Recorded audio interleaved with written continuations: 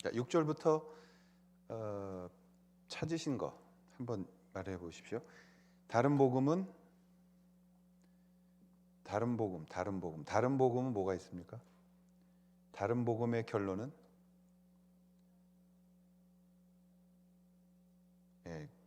그 밑에서 하시는 말씀이 안 들리니까 들은 걸로 하고, 저 사람들을 좋게 하죠. 사람들을 좋게 한다. 10절에 또 10절 이전에 8절에 보시면 다른 복음은 저주를 받는 거죠. 다른 복음은 저주예요. 그래서 여러분 둘 중에 하나예요. 참 복음이나 다른 복음.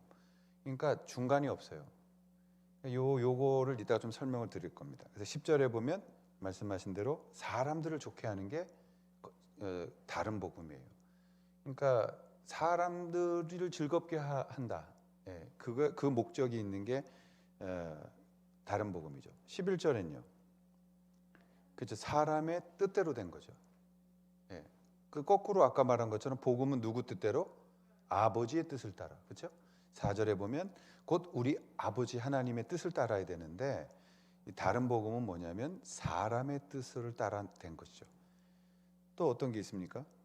11절에 가면 그다음에 13절에 다른 복음은 교회를 핍박합니다. 그래서 가짜 복음이 진짜 복음을 핍박해요. 그 나중에 이스마엘과 이삭의 예가 나오는 거예요. 그리고 이제 그 사라와 하갈의 예화가 나오는 거죠. 14절에 보면 조상의 그 유전, 전통을 지키는 거죠. 그래서 그거에 더 열심을 내는 거죠. 그럼 이제 거꾸로 참복음은요. 참복음은 반대죠. 그렇죠? 11절에 보면 사람의 뜻을 따라 된 게 아니겠죠. 또 12절에 보면 그리스도의 계시로 오는 거죠. 이거는 예수 그리스도의 계시로 말미암은 것이다. 이 계시라는 걸 좀 이따 설명할 거니까 동그라미 한번 쳐놓으시고요. 또 12절에 사람에게서 받은 것도 아니죠. 사람에게서 받은 것도 아니고, 또 15절에 가면 그것은 하나님의 은혜로 부르신 거죠. 하나님의 은혜가 복음이죠. 참 복음은 소명을 발견하게 합니다. 그래서 참 진짜 복음을 만나면 우리가 무엇을 살아야 될지에 대한 분명한 인생의 목적을 찾는 게 복음입니다. 그래서 창조하신 목적을 찾아가는 것, 그게 복음이죠. 그 복음이 없는 사람은 봉사하러 다니는데 봉사도 하나님이 주신 대로 하면 되는 거예요. 그다음에 16절에 가면 우리 속에 예수님을 나타나게 하는 겁니다. 그래서 진짜 복음은 내 속에 나타내시는 주님을 드러낼 수 있게 하신다. 그래서 진짜 복음의 마지막 결론이 뭐냐? 24절이에요. 24절. 자, 24절 한번 읽겠습니다. 시작. 나로 말미암아 옛날에 개역 한글은 거꾸로 나로 말미암아 영광을 하나님께 영광을 돌리는 거죠. 그러니까 복음의 마지막 목적이 하나님께 영광 돌리는 거예요.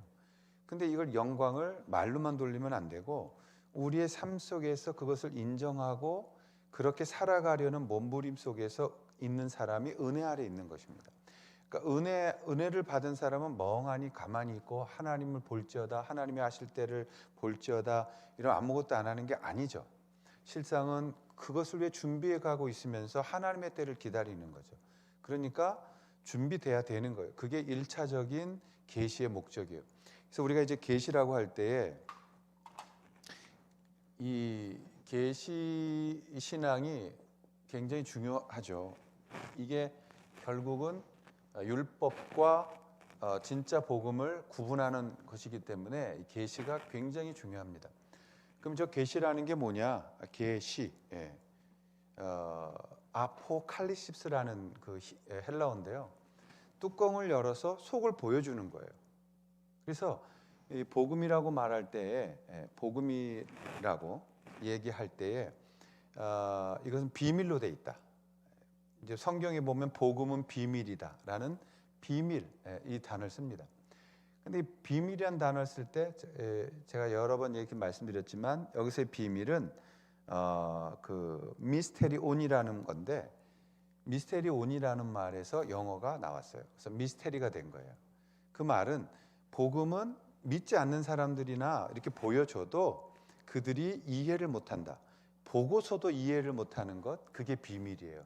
그러니까 시크릿, 탑 시크릿하고 1급 비밀로 덮어놓는, 뚜껑을 덮어서 못 보는 게 아니고 널려져 있고 오픈되어 있지만 계시를 받지 않은 사람들에게는 이 복음은 비밀이 되어지는 거죠. 그래서 하나님의 계시를 받은 자들만 이 복음을 이해할 수가 있게 되어지는 거죠. 근데 우리는 자꾸 이제 이런 부분에서 내 신앙으로 만들어 가려고 하니까 어떤 일이 생기냐, 율법을 자꾸 강조하게 되어지는 겁니다. 그래서 계시에 대해서 우리가 좀 거론을 하고 이제 지나가야 되는데요. 이 계시라는 게 사실 그 우리 기독교의 가장 중요한 거잖아요. 그러니까 복음이라는 게 계시거든요. 오늘 1장 15절과 16절에 나타나는 것처럼 하나님은 태로부터 나를 택정하시니가 그 이방에 전하기 위하여 그 내 속에 나타내시길 기뻐하실 때, 그러니까 하나님께서 우리에게 계시를 주셔서 나타내시기를 기뻐할 때, 나타낸다. 이게 계시입니다. 그러면 하나님의 자기 계시, 그러니까 계시라는 것은 하나님이 자신을 우리에게 보여주시는 행위예요. 그렇기 때문에 인간 편에서는 절대 이 계시를 스스로 알 수가 없어요. 하나님이 열어 보여주셔야 되는 거거든요. 신앙생활은 우리의 것으로 하는 게 아니라 하나님이 열어주시는 걸로 하는 거예요. 그래서 이 계시는 누구를 통해서 드러났느냐? 예수 그리스도를 통해서 드러난 거죠. 그럼 예수 그리스도의 무엇이냐? 예수 그리스도의 삶 자체가 계시를 보여주고 있는 거란 말이에요. 그래서 예수님을 우리는 닮아가기 위해서 이 땅에 존재하는 거죠.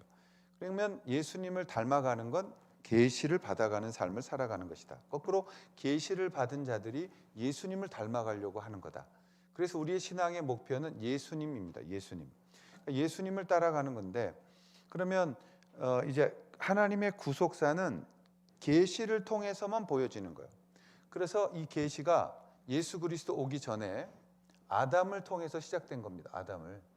그 아담에게는 어떤 계시를 보여줬느냐?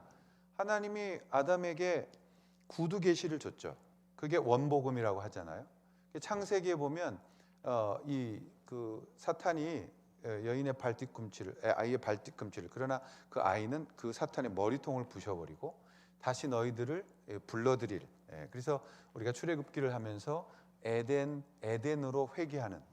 그래서 진정한 다시 예배가 거기서 회복되어지는 그 영광을 보는 것이 이 전체적 구속 개혁의 목표입니다. 그러면 아담에게는 하나님께서 구두 계시를 주셨다. 나가라. 내가 너희들을 제사 위에서 만나겠다. 그래서 구약은 그럼 뭐냐? 구약은 하나님의 자기 계시예요. 하나님이 구약에서 아담을 통해서 구약 신약으로 나누면 하나님이 자기 자신을 계시하는 거예요. 그게 율법이죠. 그리고 그 율법 속에서 하나님이 이제 모세 이후에 계시의 절정이 말씀으로 나타나는 겁니다. 사도들을 나중에 뭐 구약의 율법을 통해서 하나님이 원하시는 자기 계시. 그럼 이 율법이라는 것 자체는 우리가 다 지켜야 구원을 받는 거죠. 그러니까 율법은 이게 이제 화두인데 나쁜 게 아니거든요. 하나님 앞에 굉장히 좋은 거예요. 그런데 이 율법의 용도, 목적 자체를 잘못 이해하면 이게 무서운 무기가 되는 거다. 그래서 이 율법을 잘 이해해야 되는 거죠. 자기 계시가 이루어져서 모세를 통해서 이 율법을 주셨고, 그리고 신약으로 오면서 사도들이 있어요. 사도들에게도 계시를 주신 거거든요. 그래서 사도들을 통해서 문자적 계시를 주기 때문에 이 사도들은 이제 문자적인 계시를 받아요. 그게 요한의 계시록을 비롯해서 사도들이 기억했던 것들을 기록함으로써 계시를 적어 놓은 거죠. 그러면 사도들을 통해서 문자적 말씀을 받았어요. 그럼 이것들을 다 이해하기 위해서는 뭐가 필요하냐? 자, 마태복음 11장 27절을 한번 보십시오. 마태복음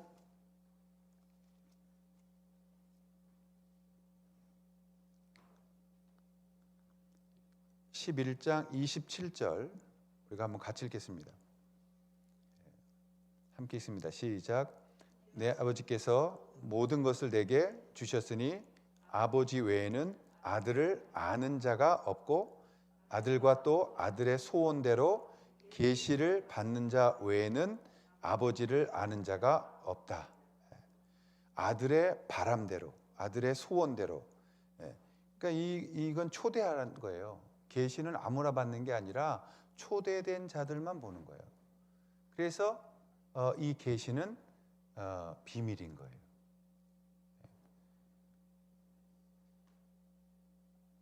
여러분들은 예배당까지 오는데 불편하죠? 네, 불편하죠.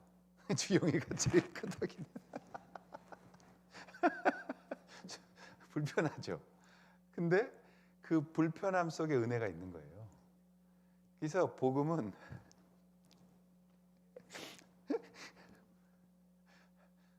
주영아 너 훌륭해.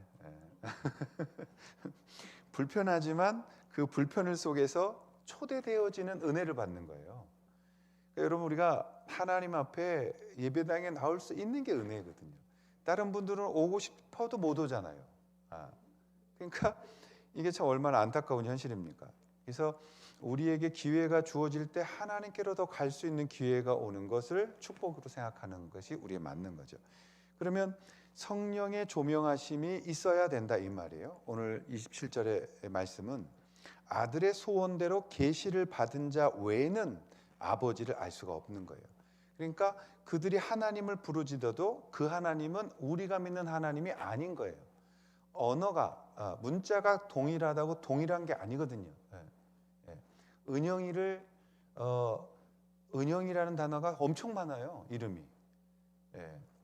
그렇게 많은지 몰랐어요. 그 지구촌에 있을 때 A부터 시작해서 쭉 가서 한 바퀴 돌고 두 바퀴 돌고도 은영이가 많아요. 그러니까 세상에 흔한 이름이 은영인데 똑같은 은영이라고 해서 제가 은영아 그랬다고 다 부르는 건 아니란 말이에요. 그 의미를 담고 있는 그 이름, 내가 불러줄 때에 의미가 생기는 그 이름, 그것이 신앙이에요. 내가 하나님하고 부르는 그 하나님과 모르는 사람들이 하나님을 조롱하기 위해서 하나님 이렇게 하는 건 똑같은 단어를 부르짖어도 다른 것이란 말이죠. 그래서 우리가 예배를 드려도 가능한 한 내가 주님 전에 나아오는 거죠. 옛날에는 우리 청년들 집회하면 제가 앞으로 다 불러냈어요. 제가 제일 싫어한 게 오소서. 왜 쥐가 일어나서 가면 되지 자꾸 예수님 보고 오라 그래. 우리 신앙은 일어나서 한 발자국이라도 더 주님께로 나가야 되는 거지 비비고 앉아가지고 자꾸 주님 불러대면 안 되는 거예요. 그게 신학적인 어떤 의미가 있냐? 그럼 논쟁은 붙지만은 저는 어쨌든 우리가 하나님 앞에 나가는 훈련이 돼야지 자꾸 자기를 중심으로 끌어당기는 신앙을 가지면은 신앙이 건강하지가 않다라는 것을 말씀드리는 겁니다. 그러면 에베소도 마찬가지. 에베소 1장 17절에 가면 갈라디아서 바로 뒤에 있는 17절에 우리 주 예수 그리스도 하나님 영광의 아버지께서 지혜와 계시의 정신, 계시의 영을 주사 그랬거든요. 그래서 하나님을 알게 하시고, 그러니까 하나님을 알 수 있는 방법은 뭐예요? 지혜로운 계시가 필요해요. 그럼 그 계시는 다시 돌아와서 하나님의 계시는 방법이 네 가지입니다. 첫 번째, 역사에 나타나는 구속의 계시가 있는 거예요. 역사에 나타나는 구속의 계시. 역사 속에서 나타나는 하나님의 구속하시는 계시가 있는 거라고요. 그러면 이 계시 그건 뭐예요? 제사를 통해서 예수님을 드러내는 거죠. 그러니까 우리가 구약을 굉장히 중시 여겨야 되는 거죠. 그 하나님이 요 구속이 어디서 이루어졌어요? 예수님 통해서 일어난 거잖아요. 그리고 두 번째는 성경에 나타나는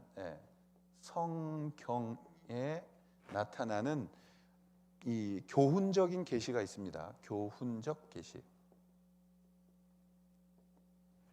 그러니까 성경을 읽으면 그냥 지혜서 또는 어떤 문학서, 시편 이런 것들을 읽을 때 그 안에 계시가 나타납니다. 계시가. 자, 세 번째 계시는 교회의 전도와 교육으로 나타내는 중개된 계시라고 그래요. 중개, 우리가 중개차, 중간에서 이렇게 이어가게 하는 중개의 계시. 그러면 이것은 어디 나타나느냐? 교회를 통해서 복음 전하잖아요. 그러니까 교회를 통해서 복음을 전하고 예수님이 증거되어지는 중개된 교훈, 계시가 있다. 네 번째는 말씀을 믿는 자의 심령에 나타나시는 조명의 계시가 있죠. 성경의 말씀을 읽을 때 그들의 심령에 나타나는 조명된 계시가 있는 거죠. 그래서 여러분, 우리가 성경 읽을 때 제일 중요한 게 뭐냐? 계시예요. 성경의 계시의 마음, 그거를 열어달라고 기도하는 것이 조명의 계시예요. 조명이라는 게 일루미네이션이죠.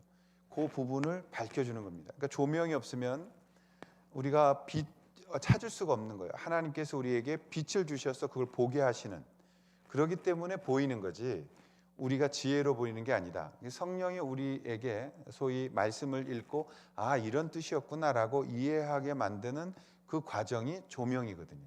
그래서 성경을 읽을 때 성령이 그걸 기뻐하세요. 그리고 그 성경을 읽을 때 내 영에게 오셔서 말씀을 읽을 때 큰 은혜를 주시고 그 말씀을 이해하며 엎드리게 하시고 그 말씀에 순종하게 만드는 것, 그게 계시의 목적이거든요. 그러니까 계시의 목적인 네 가지인데 방법은 1번과 2번은 이 하나님의 계시는 주 1세기에 이거는 끝난 겁니다. 종결된 거예요.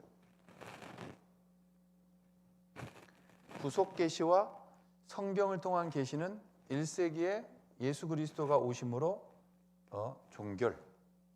그러면 3번과 4번, 요 3번과 4번의 계시는 지금도 하나님께서 사용하시는 방법이죠. 교회를 통해서 복음을 전하는 계시. 예수 믿으셔야 합니다. 안 그러면 지옥 갑니다. 이게 계시예요. 여러분이 신앙생활 할 때 기도해야 됩니다. 계시예요. 하나님의 나라를 보게 만드는 계시. 그것이 중개되고 있다. 우리에게도 이어져 흩어 내려가고 있죠. 우리가 다음 세대에 이 계시를 전해줘야 되거든요. 그러니까 아이를 데리고 와서 같이 앉아 있다. 얼마나 좋은 거예요. 오늘 여기 중고등부 두 명이 왔는데 주영이하고 민지가 왔어요. 복 받은 애들이죠. 니네들은 갈 때 거꾸로 엄마 아빠한테 맛있는 걸 사드려야 되는, 이게 얼마나 복이냐. 그래서 교회에 중개된 계시가 있고 지금은 성경이 우리에게 있으므로 읽을 때 심령에 조명을 주시는 계시, 이게 우리 가운데 지금 있는 거죠. 그래서 우리가 성경 읽기를 하는 겁니다. 부단히 읽을 때 성령이 우리에게 말씀하시기 때문에. 그래서 레벨레이션이라는 이것은 사실 전달이라는 말하고도 어떻게 보면 커뮤니케이션이라고 해도 무관한 말인데, 우리가 하나님과 나와 대화하는, 하나님과 나하고 교제하는 그 계시가 우리 가운데 굉장히 중요해요. 그래서 바울이 지금 1장에 보면은 계시라는 것을 굉장히 중시 여기는 걸 볼 수 있습니다. 자, 그 11절부터 바울이 17절까지 자기 간증이 나옵니다. 근데 그 간증을 보면은 내가 사람의 뜻으로 복음한 것 아니고 사람에게서 받은 것도 아니고 배운 것도 아니다. 오직 예수 그리스도의 계시로 말미암아 내가 이 복음을 알았다. 그러면 이 복음을 알았다라고 하는 이 바울은 예수님을 실제로 따라다니던 제자가 아니었기 때문에 실제로 예수님을 따라다녔던 제자들과 이 복음이 맞아야 되는 거죠. 그게 안 맞으면 하나가 작아져. 카피된 것. 그러니까 이거는 잘못된 거죠. 그러니까 그 부분을 이렇게 간증하는 거예요. 그래서 여기도 계시라는 얘기를 동일하게 쓰면서 13절에 보면 내가 유대교에 있을 때 너 들었지 않냐? 내가 얼마나 니네 핍박하고 잔해하고 그냥 못살게 굴고 내가 내 동족 중에 영갑자 나 이 많은 모든 유대교를 지나치게 믿었다. 그래서 뭐예요? 조상의 유전에. 그러니까 유전이 뭐예요? 기름이죠. 그 유전이 아니고 전해지는 유전, 전통이죠. 그 조상들이 지켰던 전통에 대해서 더욱 열심히 있었다. 예. 근데 여러분 진짜 율법을 지키려고 노력하잖아요. 그러면 지난주에 말씀드린 것처럼 어떤 대답이 나와야 되느냐? 나 못해. 예. 이렇게 고백이 나와요. 난 죄인이야 라고 나와야 돼. 근데 요 나 못해, 요게 율법의 목적이거든요. 율법은 만들어진 목적 자체가 완벽한 기준의 잣대를 가지고 채워야 돼. 근데 절대 인간의 힘으로는 율법을 채울 수가 없어요. 그렇기 때문에 율법을 받아드는 순간부터 죄인이 됐기 때문에 법이 온 거예요. 그러면 이 율법의 목적은 뭐냐? 나를 죄 앞에 서게 만드는 거죠. 그리고 내가 죄인이라는 걸 밝히 보여주는 거죠. 근데 왜 이 유전을 지켰느냐? 요게 싫어서. 우리는 선택받은 민족인데 어떻게 감히 우리가 죄인이 될 수 있느냐라고 해서 이들은 율법을 자기화 만들었죠. 그래서 율법을 자기들이 스스로 지킬 수 있는 몇 가지의 규례로 만든 거죠. 이 규례와 율법은 달라요. 규례로 바꿔놓고 여기에 자기들은 몇 개 지키면서 이 하나님 앞에 거룩하다라고 말했어요. 그래서 이 바리새인들을 할 때 그들이 갖고 있던 이 별명이 뭐였냐면 율법의 울타리를 친 자들, 이런 별명을 갖고 있었어요. 그러니까 율법은 지킬 수가 없는 것입니다. 근데 왜 주셨느냐? 율법의 목적이 지키라고 주셨던 거예요. 근데 왜 못 지켰느냐? 죄인이니까. 그럼 왜 주셨느냐? 우리가 저거를 우리 스스로 할 수 없다는 걸 알게 하기 위해서. 내가 죄인이라는 걸 완전히 벗겨내는 게 율법이에요. 그래서 율법의 목적은 우리를 완전히 죄인이라고 정죄하게 만드는, 옳은 걸 갖다 놓고 우리가 얼마나 틀렸는지를 보게 하는, 그게 율법의 목적인 거죠. 그래서 바울이 간증을 하고 이 마지막 하나님이 그 어머니의 태로부터 나를 택정하시고 나를 부르시니가, 어머니의 태로부터 나를 택정하셨다. 이 선택설인데 한 번 더 말씀드리지만 예정론, 선택론은 구원받은 사람이 자신의 과거를 돌아보면서 하나님의 뜻이었습니다라는 은혜에 대한 감사의 고백이지, 구원받지 못하고 전도해야 될 사람들한테 너가 선택받았으면 오는 거고 안 받았으면 못 오게 하는 운명론으로 바꿔버리면 안 됩니다. 이 장로교의 실수가 예정론이라는 것 자체가 굉장히 은총론하고 붙어서 하나님이 나를 부르셨습니다. 내가 아무리 봐도 난 예수 믿을 사람이 아닙니다. 그런데 하나님 부르셔서 나를 믿게 하시고 나를 의롭게 하시고 나를 하나님 앞에 칭하여 주신 이런 은혜를 내가 받았습니다. 이 간증할 때 쓰는 거예요. 근데 항상 여기다 붙여놓으니까 뭐라고 말하는 거예요? 내가 은혜 받고 내가 택정 받았으면 언젠가 올 거고 내가 아무리 열심히 해도 택정 받지 못했으면은 나는 지옥 갈 거 아니냐라는 이상한 걸 만들어내는 거죠. 그래서 바울이 말하기를 간증 때 얘기하는 겁니다. 내 어머니의 태로부터 나를 택정하시고 나를 부르시니가 그 아들을 이방에 전하기 위하여 내 속에 그 복음을 나타내시기를 기뻐하실 때에 곧 혈육과 의논하지 아니하고, 누구하고 의논한 게 아니다 이 말이에요. 내 복음은 어디서 받았어요? 계시를 받은 거예요. 계시로 나온 복음이었다. 그리고 17절에 먼저 사도된 자들을 만나려고 예루살렘으로 가지 아니하고 아라비아로 갔다. 여기서 말하는 아라비아를 오늘날로 치면 요르단 지역에 있는 그 사막지대로 보는 거죠. 거기에 가서 사도 바울이 3년 동안 어떤 것을 했을까요? 당연히 추측할 때 묵상하고 그동안 자기가 배웠던 구약에서의 하나님의 이 계시를 다시 쫓아가 본 거죠. 그랬더니 예수 그리스도 앞에 멈추게 됐다. 그리고 그 예수를 만난 자기가 이 부분이 정말 신앙의 최고의 마지막 부분이었구나. 그래서 그 예수 그리스도를 영접하게 되고, 이게 정리가 되니까 어느 우상자들을 만나도 바울이 다 박살을 낼 수가 있는 거예요. 그러니까 우리가 복음을 그것만 알면은 무슨 누구랑 만나도 우리의 복음이 흔들릴 수가 없는 거예요. 근데 우리의 이 부분을 이제 하나하나 정리해 가는 거죠. 그래서 내가 이 복음을 갖게 됐다. 이렇게 된 겁니다. 자, 11절부터 17절까지 바울의 간증, 그리고 그 속에서 소명이 나타났죠. 그래서 3년 동안 재미있게도 예수님께서 제자들을 훈련시키셨던 것처럼 바울에게도 나타나셔서 3년 동안 구약 정리하게 하시고 계시로 똑같이 나를 사도로 부르셨다. 그 말이죠.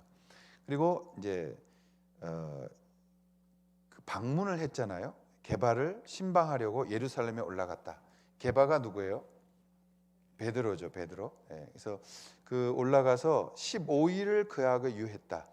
그때에 형제 야고보 외에 다른 사도를 못 봤다. 내가 거짓말이 아니다. 그리고 그 이후 21절부터 나오는 것을 보면 그때는 어디를 갔습니까? 수리아와 길리기아 지방 1차 전도 여행했던 그 지역을 자기가 다녀왔던 거죠.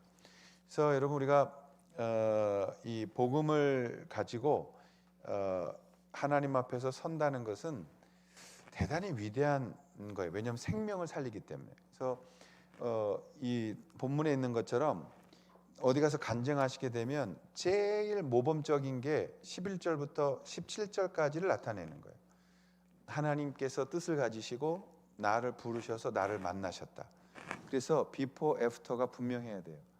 우리가 간증한다 그러면 자꾸 병난 거 간증하는데 그게 간증이 아니고 하나님이 나를 어떻게 만나 주셨는지, 하나님이 어떻게 나를 구원하셨는지, 그래서 내가 어떤 사람이 됐는지가 나와야 돼요. 우리는 항상 그걸 자기의 영광으로 바꾸는 사람들이 굉장히 많아요. 예수님 하신 일을 하는 그 테스트머니가 돼야 되는데 전부 다 자기 것이에요.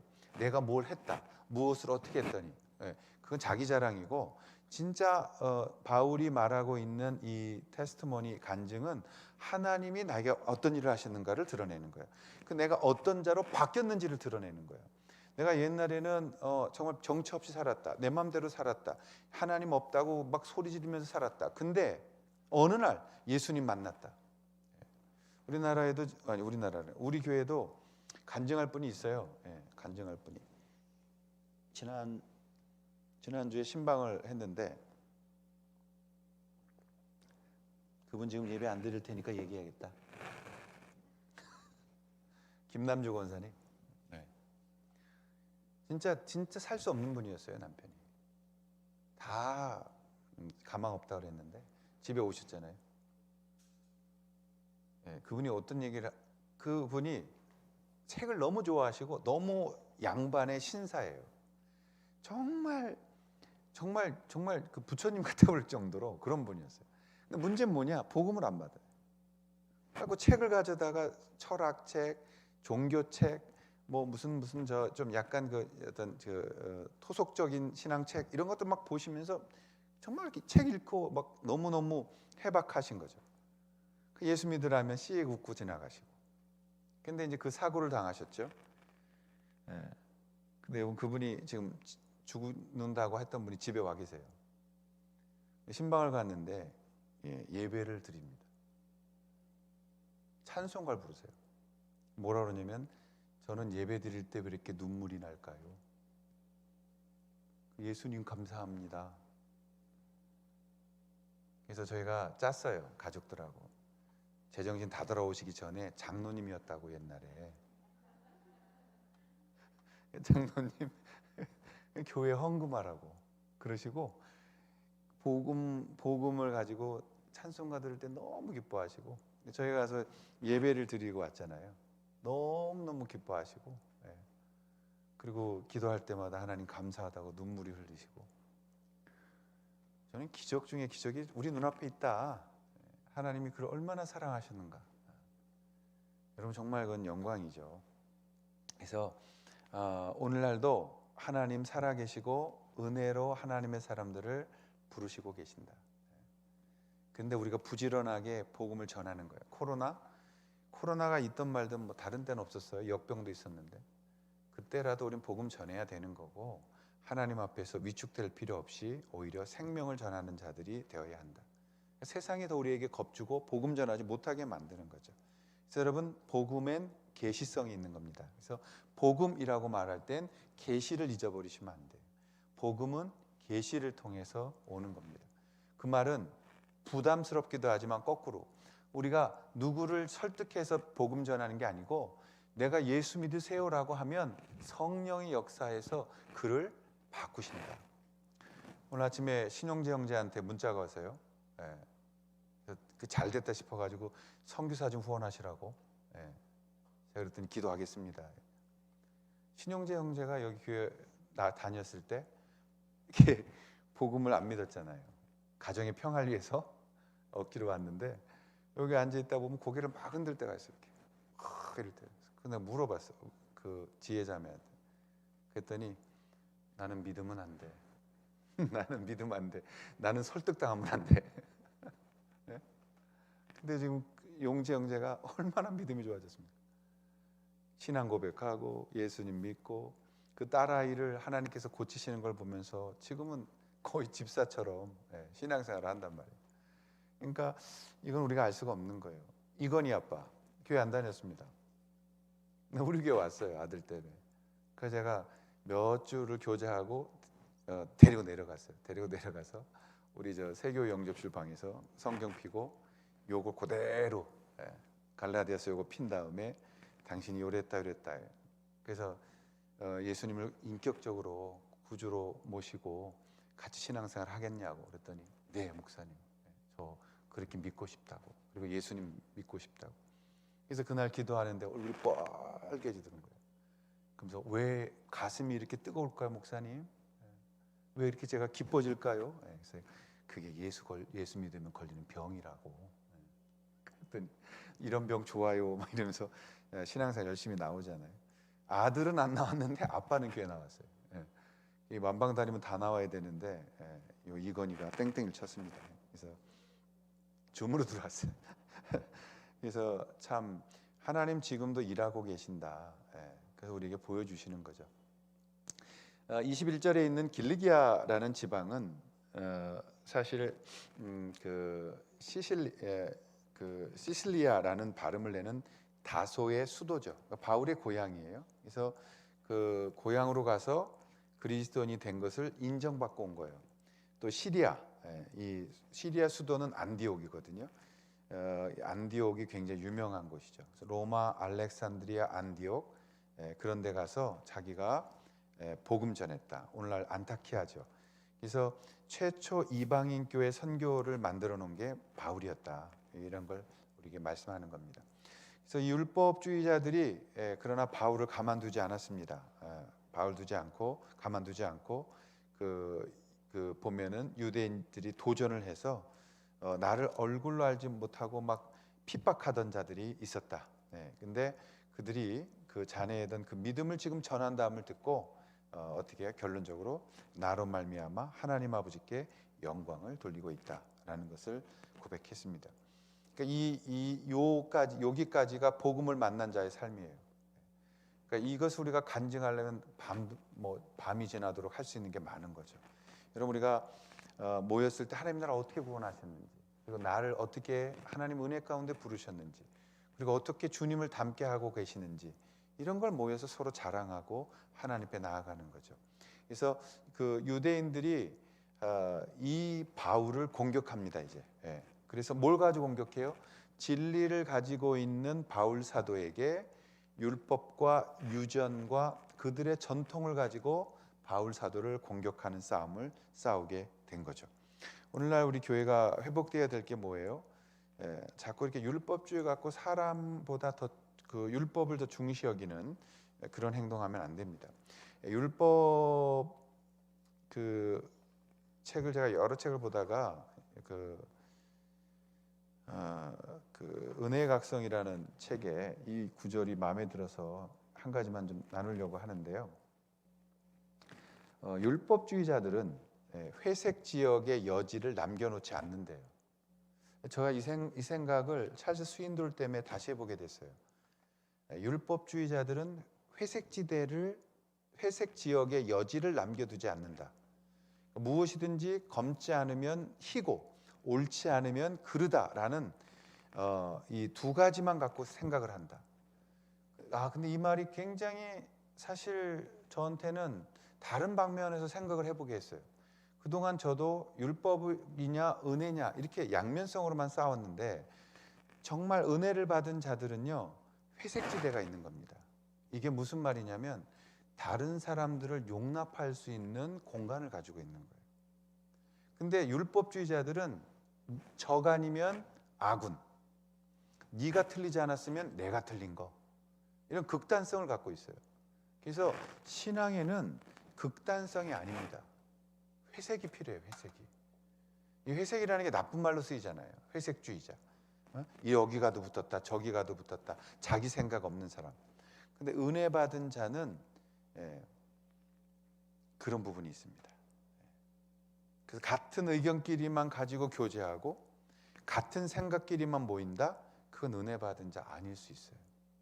거꾸로 우리는 분명한 복음을 가지고 있으면서도 동시에 우리와 반대되는 사람도 끌어안아 줄 수 있는 색깔이 있어야 돼요. 그 부분에 참 빚을 졌어요. 스윈돌 목사님의 이 말이 저로 하여금 이렇게 좀 고민하는 것에 많은 부분에 여유로운 룸을 넓혀주는 부분이 있었단 말이에요. 그래서 우리가 받아줄 수 있는 사람, 이해해줄 수 있는 사람, 그들이 은혜를 경험한 자들이다.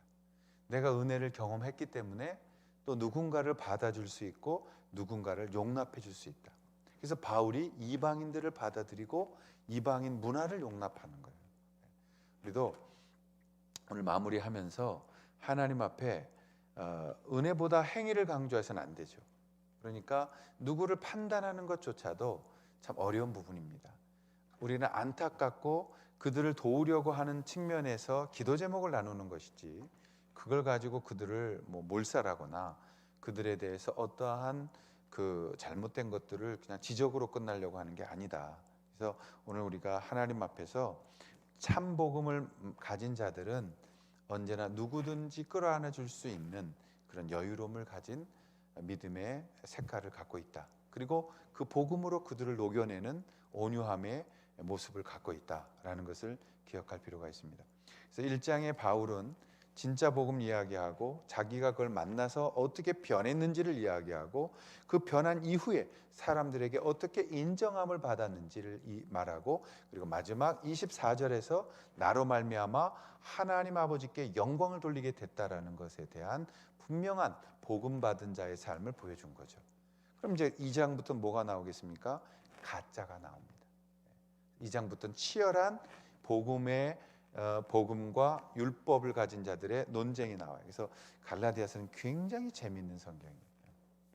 우리가 함께 한번 열심을 내서 배우면 좋겠습니다. 오늘 우리를 인도하신 주님, 부르신 주님, 그리고 우리에게 참 복음을 주신 주님, 그 주님께 영광의 은혜가 있음을 우리가 잘 기억하고 그 주님을 아름답게 섬기시는 우리 모두가 되시기를 축원합니다. 우리 기도하겠습니다.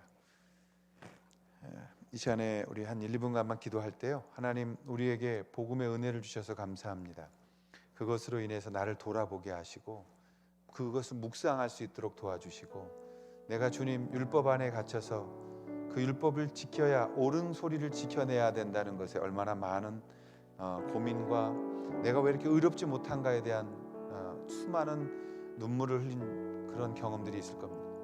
저도 예수 믿고 제가 왜 이렇게 예수 믿으면서도 의로워지지 않는지, 왜 이렇게 예수님 사랑하는데도 죄를 지어가는지, 그것으로 인해서 고통당하고 아파하던 눈물을 흘리던 시간들이 있었습니다. 그리고 복음을 만나자 그것을 다 뛰어넘는 하나님의 은혜 가운데 설 수 있는 진정한 복음의 힘을 만났던 것을 기억합니다. 하나님 아버지, 우리가 복음 앞에 서게 하시고 정말 주님 앞에서 참 복음을 만나서 주님의 마음으로 우리가 다른 사람들을 바라볼 수 있는 그러한 정말 확장된 마음, 열린 마음, 복음을 위해서 변화되어진 마음, 그리고 사람들을 향해서 사랑하는 마음, 긍휼한 마음, 그것으로 하나님께 영광 돌리는 삶이 될 수 있게 해달라고 우리 같이 1, 2분간만 같이 통성으로 기도하겠습니다. 하나님 아버지, 우리가 주님 안에서 이것을 기도하며 나아갑니다. 아버지 하나님, 우리의 힘으로 할 수 없어서 주님이 예수 그리스도를 보내셨고 하나님 은혜 가운데 우리를 불러주신 것을 감사합니다. 아버지 하나님, 늘 주님 앞에 서게 하시고 주님 그것으로 또 다른 사람을 사랑하게 하신 것을 감사합니다. 아버지 하나님, 역사해 주시고 인도하여 주시옵소서. 아버지 하나님, 언제나 주님을 따라가며 주님 앞에 사랑하기를 원합니다. 아버지 하나님, 도와주시고 인도하여 주시옵소서. 하나님, 오직 그분의 사랑 앞에 매여 있게 하시고 그 사랑 앞에 서게 하시고 그 주님 앞에 우리가 승리하며 나아갈 수 있도록 인도하여 주시옵소서. 하나님, 마침내 그 소망의 언덕을 지나 그 기쁨의 땅에 다다르게 하여 주시고 하나님 임재 안에 갇혀서 기뻐하는 내 영을 바라볼 수 있도록 주님 도와주시옵소서. 함께하여 주시옵소서. 도와주시옵소서. 임하여 주시옵소서. 주님 도와주시옵소서. 우리 같이 마지막 찬양 드리시겠습니다. 오직 주의 사랑에 매여, 오직 주의 사랑에 매여 내 영 기뻐 노래합니다. 이 소망의 언덕 기쁨의 땅에서 주께 사랑드립니다. 오직 주의 임재 안에 갇혀 내 영 기뻐 찬양합니다. 이 소명의 언덕 거룩한 땅에서 주께 경배드립니다. 주께서 주신 모든 은혜 나는 말할 수 없네. 내 영혼 즐거이 주 따르렵니다. 주께 내 삶 드립니다. 하나님 아버지, 예수 그리스도의 복음을 만나게 하셔서 감사합니다. 그것 때문에 이렇게 기쁨의 삶을 살게 하신 것을 감사합니다. 우리의 인생에 목표가 있게 하여 주신 것을 감사합니다. 하나님, 이 인생 잘 살아갈 수 있도록 도와주옵소서.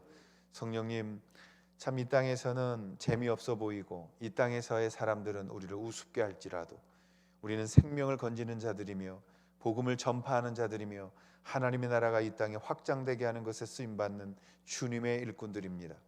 하나님, 세상이 이해할 수 없고 알지 못하지만 우리는 이것으로 인하여 내 삶의 의미를 갖고 감사와 찬양을 부르며 하나님께 영광을 돌리고 최고의 인생을 살아갑니다. 주님, 우리가 이 일에 흔들리지 않게 하시고 주님, 세상을 흉내내지 않게 하시고 세상을 기뻐하지 않게 하시며 세상의 것을 탐하지 않도록 도와주옵소서. 하나님, 우리가 더욱더 사랑하며 하나님의 기쁘신 열매로 세상을 이겨나가게 하시고 그 삶을 배워가는 자들이 되도록 도와주옵소서. 하나님, 오늘도 가정에서 직장에서 수고하며 애쓰는 모든 분들에게 하늘의 백성임을 잊지 않게 하시고 승리하는 자들 되도록 도와주옵소서. 먼저 우리의 가정들이 잘 복음화되게 하시며 예수 믿는 아름다운 가정 되게 하시고 교회가 복음 앞에 서게 하시며 진리와 비진리를 분별하게 하시고 참복음으로 살아가는 거룩한 믿음의 공동체가 되도록 도와주시기를 성부와 성자와 성령의 이름으로 간절히 축원하옵나이다. 아멘. 네, 나무가 남아있는 한 주간 잘 보내시고요. 주일날 또 주님 앞에서 만나뵙도록 하겠습니다.